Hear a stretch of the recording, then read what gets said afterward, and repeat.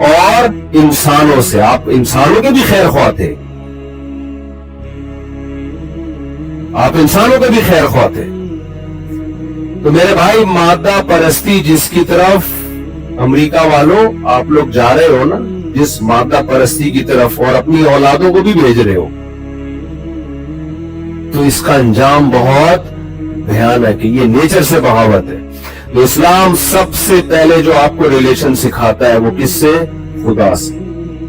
مادہ پرستی میں, سیکولرزم میں اور اسلام میں فرق یہ ہے کہ اگر سیکولر قوتیں جو ریلیشن آپ کو سکھاتی بھی ہے نا, تو جس سے ریلیشن سب سے کمزور ہونا چاہیے اس سے سب سے طاقتور بنا دیتی ہے, اور جس سے سب سے طاقتور ہونا چاہیے اس کی 2% کی ویلیو ہوتی ہے.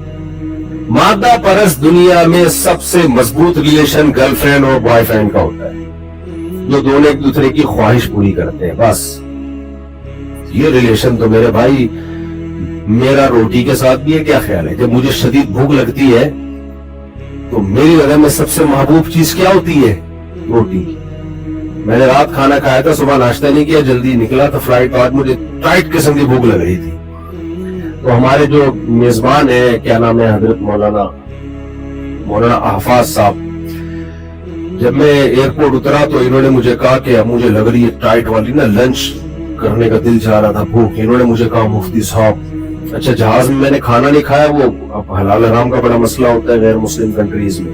ان کو میں تنگ نہیں کرتا کہ حلال لے کر آؤ تو یہ لے کر آؤ, بھائی چھوڑو یار, گھروں پیچھے اتر کے کھا لینا. وہ بھی کہیں گے ایک مولوی جہاز میں آیا ہمارے لیے, ٹینشن بن گیا. تو انہوں نے مجھے کہا کہ مفتی صاحب کڑک چائے کا انتظام ہے. مجھے نا سب کانفرے لگا, میں تھر تھر اللہ یہ سمجھ رہے ہوں گے جہاز میں کھا لیا جاؤں. اب شرم بھی آتی ہے آدمی کو بولتے ہوئے یار. میں نے کہا یار بے شرم بن جاؤ, بھوکے رہنے سے اچھے. ایک لطیفہ یاد آیا کہ ایک آدمی کے لیے رشتہ آیا, لڑکی والے نے بولا کہ ہم تمہیں اپنی بیٹی دیں گے اس شرط پہ کہ تم گھر داماد بن جاؤ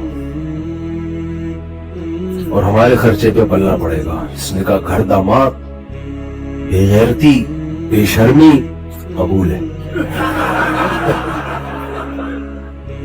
جب اس کے فائدے سوچے نا, بے غیرتی تو ہے لیکن فائدے کتنے ہیں, قبول. تو مجھے لگا کہ یار میں اگر غیرت اور حمیت دکھاؤں میں تو بھوکا, پھر رات کو جا کے کھانا ملے گا.